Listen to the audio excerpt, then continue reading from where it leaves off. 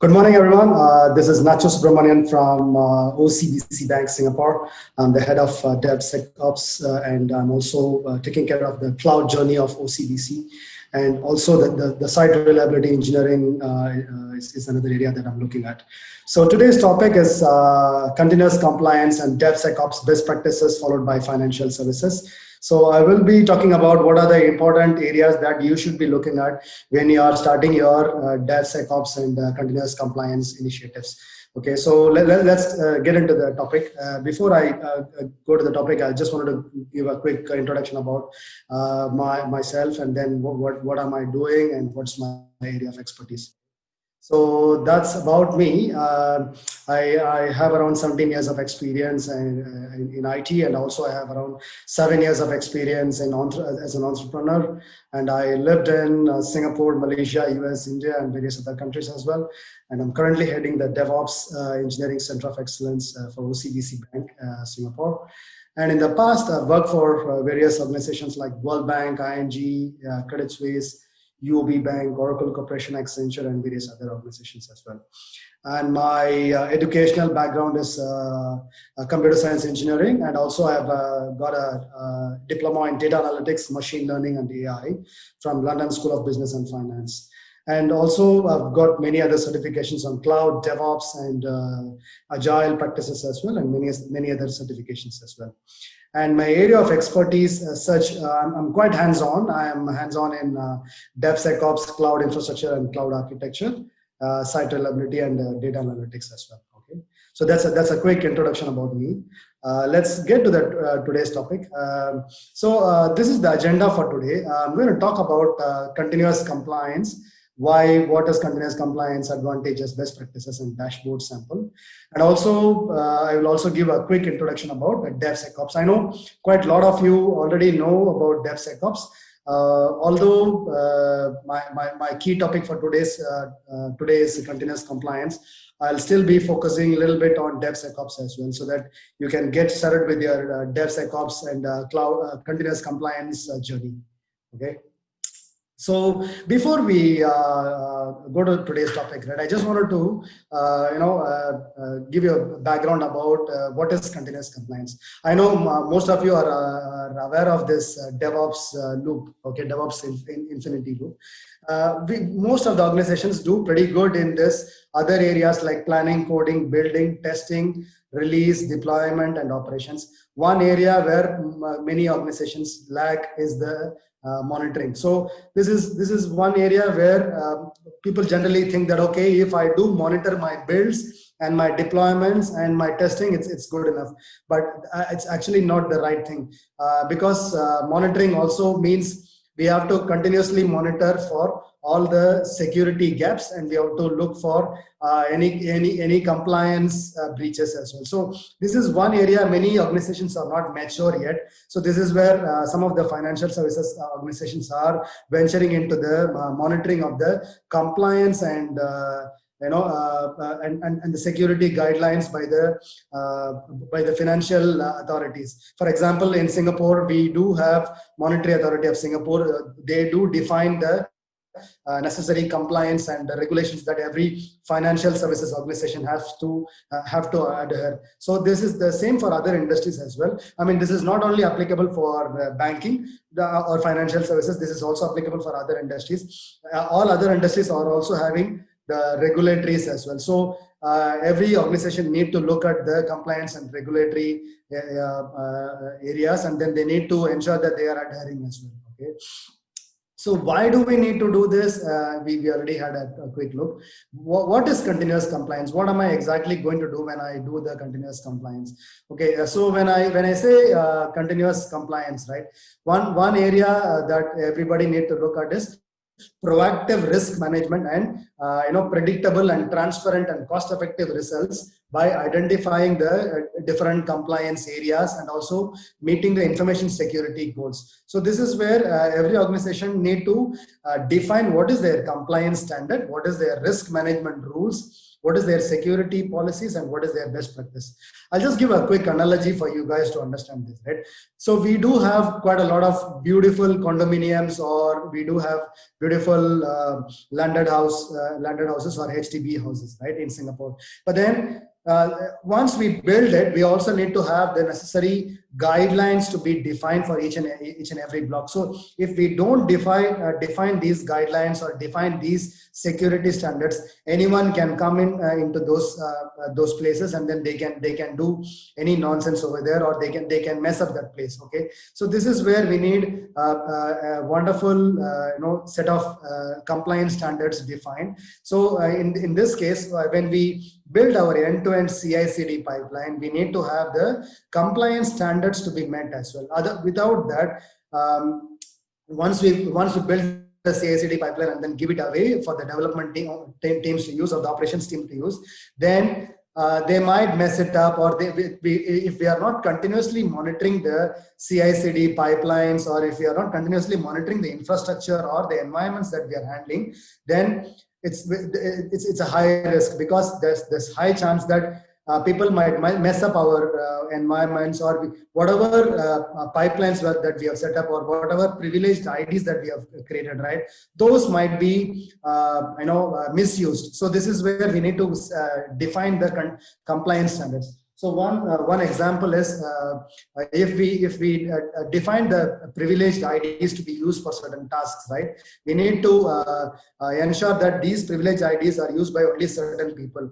If we don't define that, then these privileged IDs might be misused. Or another example is if we are defining set of default reviewers for the code that is written by the development team, right? Then we need to define that, okay, these default reviewers cannot be changed.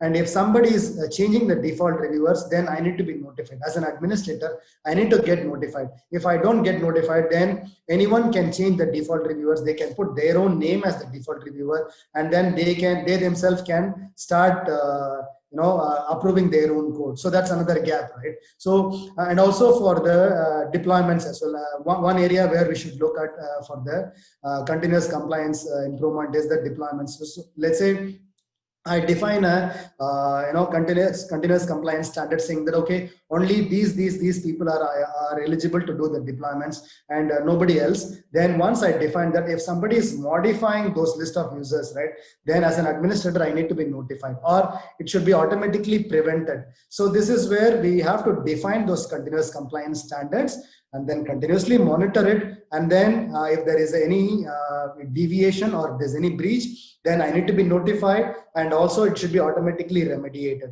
So this is where bringing in tools like Puppet for continuous compliance is very important. I mean, we can define the continuous compliance standards, continuously monitor it, and then mitigate if there's any deviation. Okay. So, and also the good thing is we can get such wonderful dashboards which says that, okay, this is the total number of parameters or infrastructure related components that I'm monitoring, and these are the deviations, and this is where I need to work on. So that kind of visibility we need to have. We need to define the metrics that I'm going to capture, and the areas where I'm going to monitor, and then mitigate all the risks that comes up. Okay, so that's the main intention for having the continuous compliance. So let's look at what are the advantages of continuous compliance. So I've listed down some of the key advantages. One, the first and foremost is that we are able to monitor the IT compliance standards. We are able to look at all the corporate governance and regulatory compliance controls as well continuously. For example, as I mentioned previously, right, an MAS or any other regulatory authority gives us a compliance control. We are responsible for continuously monitoring it and then adhering to those compliance standards. So it is easier for us to monitor these compliance standards. The second advantage is we get the real-time alerting or real-time notification for any control failures or the compliance breaches. And then we immediately get a recommendation for what needs to be done to remediate this compliance breach or the control failure. And then the third one is, we have the policies of the policies from the regulatory organizations immediately as soon as it is released by them, and then we can keep it updated, and then we can ensure that our framework is always up to the standards. So for example, whenever there's a new security patch released by Apple or Google, right, we immediately get it on our mobile phones. So similar to that, whenever there is a regulatory organization coming up with a new regulatory compliance requirement, or if they update an existing compliance requirement, then we will be able to identify those. Sorry, we will be automatically notified, and then it will be automatically updated in our policies, and then our policies will start to monitor our existing infrastructure and our environment according to this newly updated policies. So that's another advantage. Without this, right, if we have to manually capture these continuous compliance standards released by the regulatory organizations, then it is going to be very cumbersome, and also we may not be able to meet all the deadlines that is given by the regulatory organizations.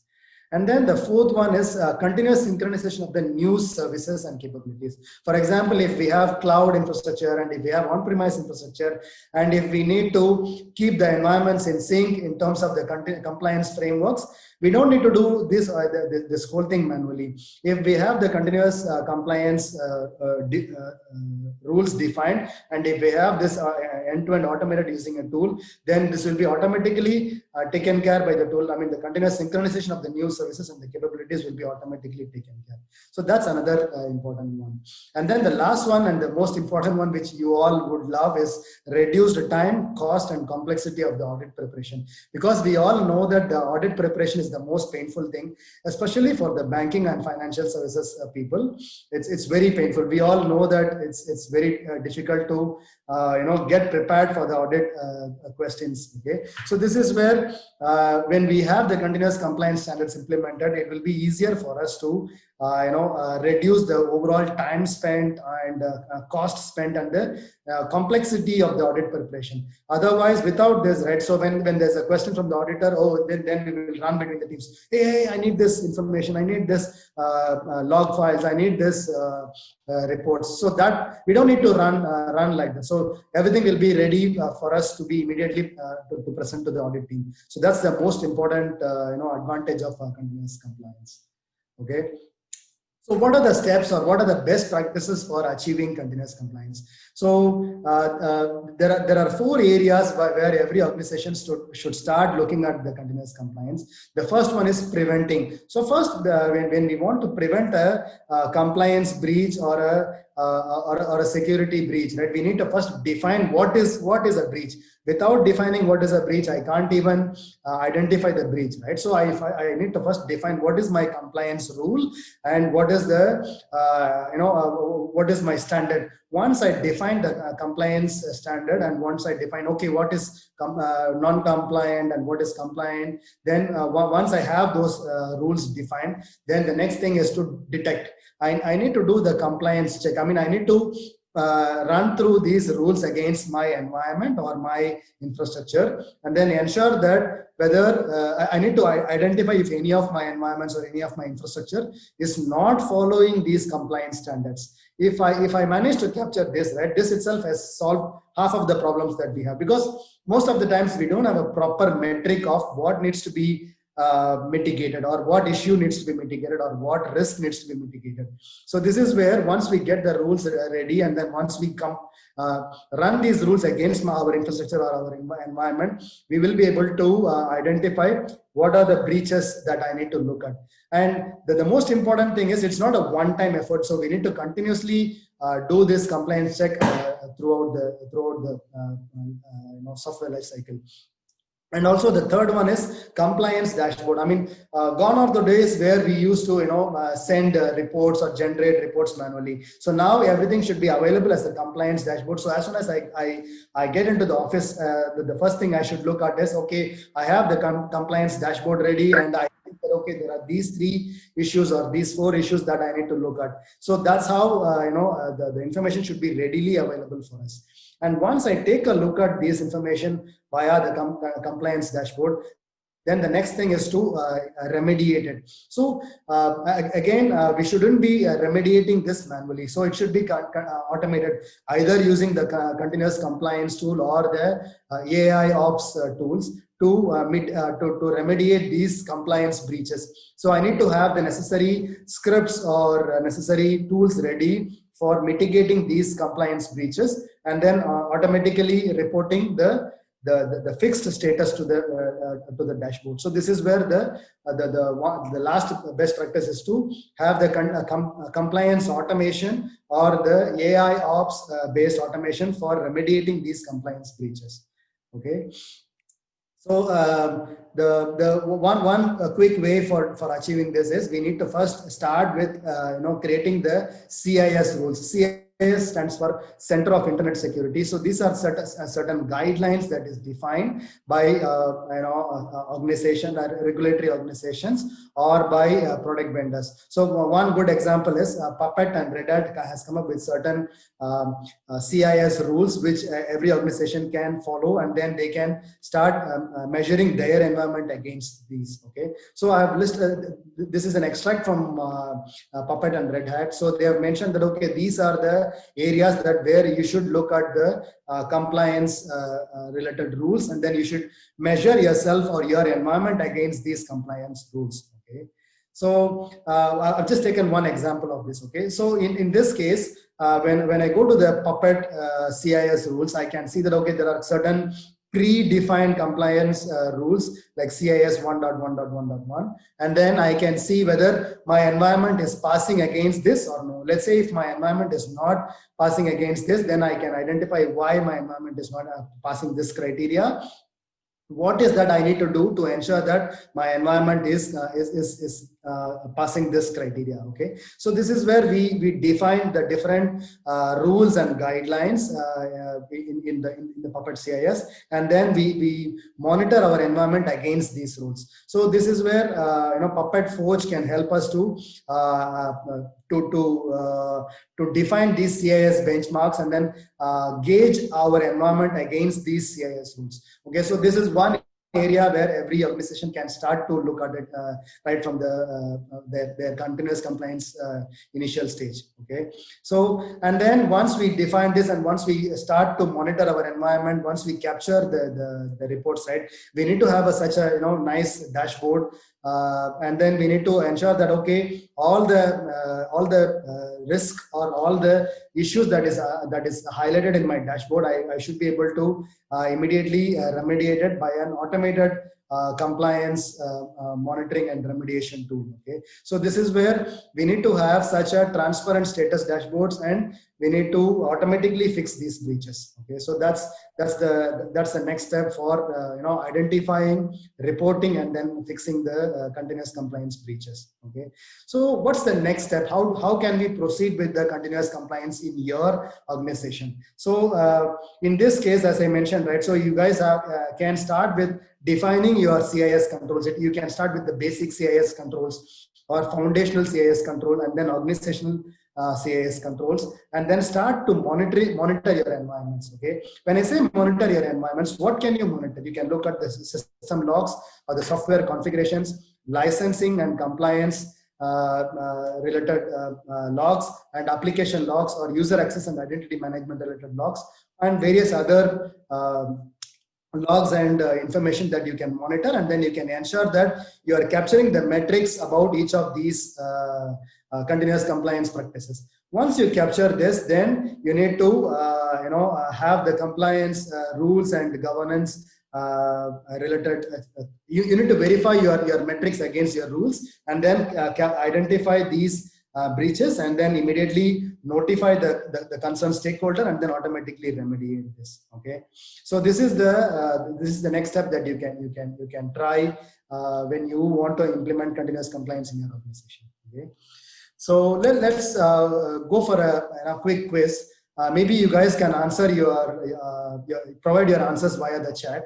I just want, when I want to implement continuous compliance in my organization, what are the different tools or different areas that I need to look at? Is it only compliance monitoring and dashboard tools, or should I look at process mining tools, or should I look at infrastructure as code automation tools, or should I look at AI ops tools, or should I look at all of them? Okay, so I request you guys to kindly provide your answers via chat, and then maybe towards the end of this session, I will provide you the answers for this quiz. Okay. We have only a few more minutes. Maybe I'll quickly run through the DevSecOps. So when I said DevSecOps, right, it is during our DevOps journey, we need to introduce security earlier in our life cycle of the application development.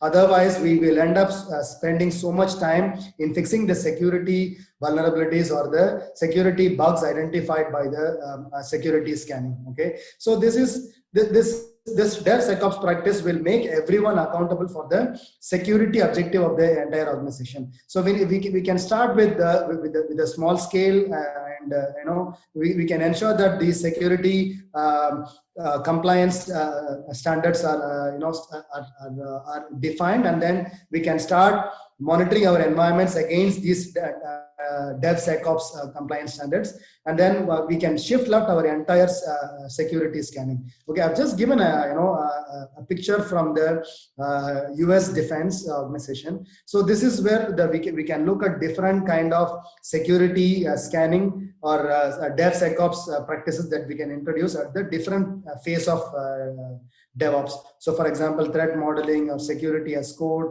SAST or DAST, which is static code analysis or the dynamic code analysis, or pen testing, and various other security scanning and DevSecOps related areas that we should be looking at. Okay, let's do a deep dive and then get into this. Okay, what are the major security challenges that organizations go through?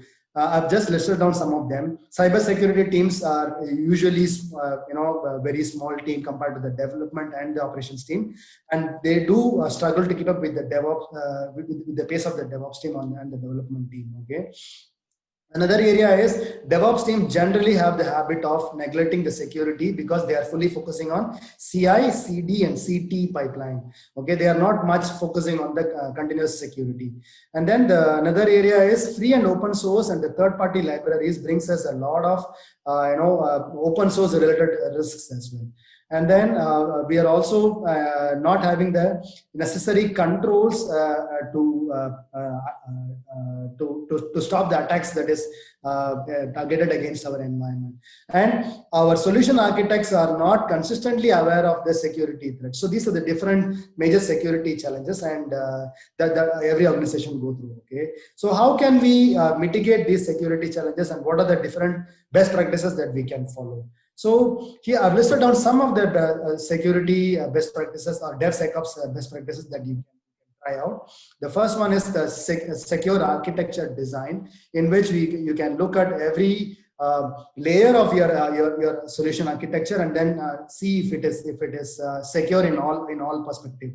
The second area is secure code review and binary review. The third one is container and cloud security. The last but not least is the continuous compliance. Let's look at these items in depth.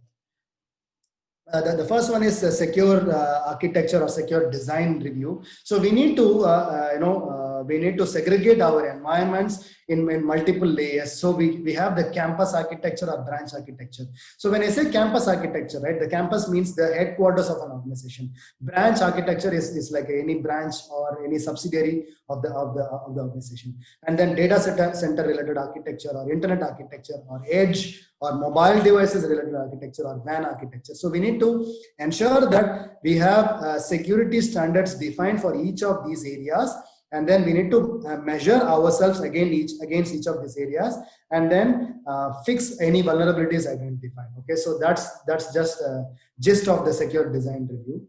The next one is the secure code and binary review. So as I previously mentioned, right, we can have the static code analysis or dynamic code analysis or interactive application security.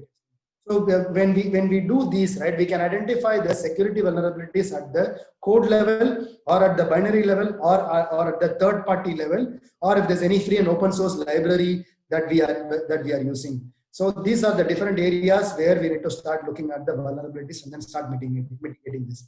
But we need to ensure that we are not doing this or doing all of this manually. I mean, gone are the days where we have done this kind of security, secure code analysis or secure binary analysis manually. Now it's all automated. There are various tools available in the market, so we need to look at those kind of automated secure code analysis and secure binary analysis. The third and another important area is container and cloud security.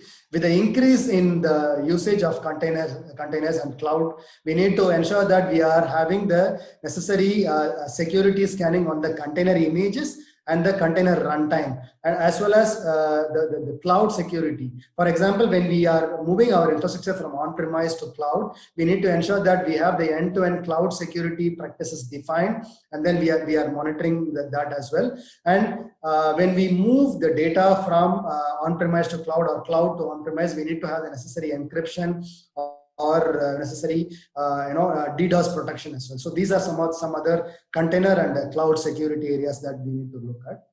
And then the last one that we have already seen is the continuous compliance. As I mentioned previously, we need to define the standards and policies, and we need to have the complete and closed loop compliance automation. I mean, when I say compliance automation, compliance cannot be manually monitored anymore. So it needs to be end-to-end automated. And we need to have the necessary measurable and quantifiable standards so that we can measure our environment against the same. And then we also need to have the near real-time validation and notification, and then remediate any issues. So these are the some of the areas that you need to look at for your continuous compliance. Okay. So this is our last slide for today. So our next step for the DevSecOps is you need to have the culture, DevSecOps culture and mindset change in the organization. I mean, for DevOps itself, right? It's not only about tools and process. DevOps starts with the culture and the mindset change. So people might lose some of their additional privileges that they used to have. People might lose some of the admin privileges that they used to have, but then it is good for the organization. So we can end-to-end automate this, and then we can achieve the organization's collective goal as end-to-end security. Okay, so this is where we need to coach that the teams for the culture and mindset change. We need to define the DevSecOps goals, and we need to identify the tools for the 4 areas that I mentioned. So we need to have automated tools for achieving these 4 areas. And we need to define the processes for achieving the DevSecOps goals. And we need to look at, we need to implement these tools identified, and then the process is defined. And last but not least, we need to continuously monitor our environments, and then look for continuous improvement opportunities always, and then collectively do these continuous improvement initiatives all the time. So these are the important areas that every organization should look at when they come into when they try to look at the devs for their organization. So that brings us to the last part of today's session. If you can let me know if you have any questions on continuous compliance or DevSecOps. We have one question in the chat. So this is from Yuri Beshmalev. So is OCBC using Puppet products just for compliance, or is Puppet being used for the whole infrastructure management as well? Okay, I wouldn't be able to, because of security reasons, I wouldn't be able to say which product we are using. But then, yeah, we are using some of the industry's leading products for not only for continuous compliance, we are using it for other DevSecOps practices as well, and for CI, continuous integration, continuous deployment, continuous delivery, continuous testing, and continuous compliance. We have different products. We are not using one single product. Yeah, we are using different products, but I wouldn't be able to name it, unfortunately. Okay. I've got one question. Yes, sure. How have you found DevSecOps and DevOps and working within an organization as big as a bank, where you have so many things like compliance and audit? Have you found that implementing DevOps of DevSecOps has actually helped mitigate a lot of the problems that you would have found in a more legacy model? Yes, it definitely did, because we were able to speed up our overall pace of delivery, and we were also able to mitigate quite a lot of security and compliance related audit findings. So in the past, when we were just doing the regular waterfall way of projects and not using DevOps tools, there were quite a lot of security and compliance related audit findings, and the pace of delivery was quite slow as well. So with the shift that we have done to move into the DevOps and DevSecOps journey, we are able to achieve a greater speed in delivery. We are able to do things much better and cheaper, and we are also able to ensure that our compliance standards are met with the utmost security, utmost security. Yeah. Cool. We have one more question. Coming to recruitment, what are the qualifications for DevSecOps engineers? Okay, one thing that I would say is people need to ensure that people need to ensure that they have the culture and mindset change, because quite a lot of time we generally think that, okay, I need to work on multiple tools, I need to know the processes, but most importantly we need to look at the culture and mindset related changes as well. And then most importantly, we need to have the continuous improvement continuous improvement and continuous identifying the gaps continuously, and then we need to move from where we are. And also in terms of technology, people need to look at the continuous integration, continuous delivery, and continuous deployment, and continuous compliance related tools, and they need to look at the processes as well, because tools will not help if we don't have the right processes defined. So that's another area that everybody needs to look at. Thank you very much, Nacho, for that talk. It was really interesting to hear about DevOps, DevSecOps, like compliance, particularly in the banking industry, where I think traditionally has always been a bit slower than other organizations. It's good to see that automation and those kind of cutting edge practices actually do apply equally to large organizations, and in fact very helpful and beneficial to getting things done. Yeah, thank you very much, Zach. Thanks to Puppet for this wonderful opportunity. I'm available in LinkedIn, and if you guys have any question on any of these, please feel free to reach out to me via LinkedIn. Thank you very much, guys.